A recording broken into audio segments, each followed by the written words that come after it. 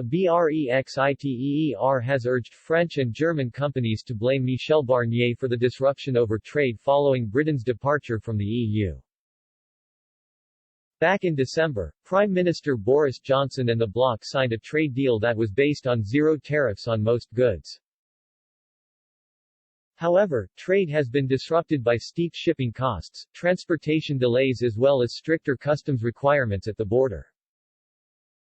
The Office for National Statistics said British exports to the EU within the first 3 months of this year fell 18.1% from the previous quarter, but imports from the EU were down by 21.7%, whereas in comparison UK trade with non-EU countries grew slightly within the same period. For the first time since 1997, the UK imported more in March from outside the EU than within it. But as French and German exporters seek other markets due to the red tape imposed by Brexit, a leaver has said it is the bloc's fault. Alan Sked, Emeritus Professor of International History at LSE, said the Brexit deal signed by Boris Johnson and the EU in December was what the bloc and Michel Barnier wanted.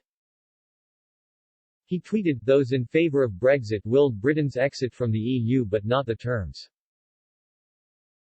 Barnier kept telling us that those we wanted amounted to cherry-picking, so the final result amounted to what Barnier and the EU deigned to concede.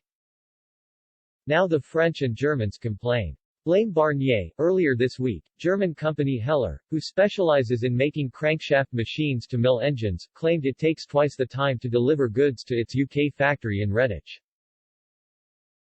Klaus Winkler, chief executive of the company, said, "There is no vaccination against Brexit. A lorry traveling from Nürtingen to Redditch takes twice the time and we have to put a lot more hours into all the bureaucracy.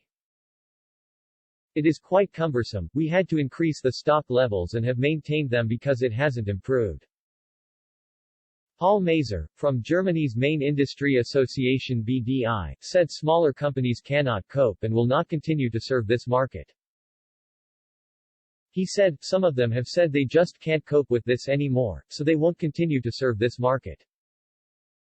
French President Emmanuel Macron took a hard stance during Brexit negotiations, but tensions between the UK and France escalated over recent weeks. This month, French fishermen staged a protest, setting off flares as dozens of boats gathered in the waters near Jersey. The boats eventually retreated after 2 Royal Navy warships moved in. The protest came after France accused Jersey of dragging its feet over issuing new licenses to French boats post-Brexit. France has also accused the UK of being in breach of the Brexit agreement made with the EU last year over the crisis.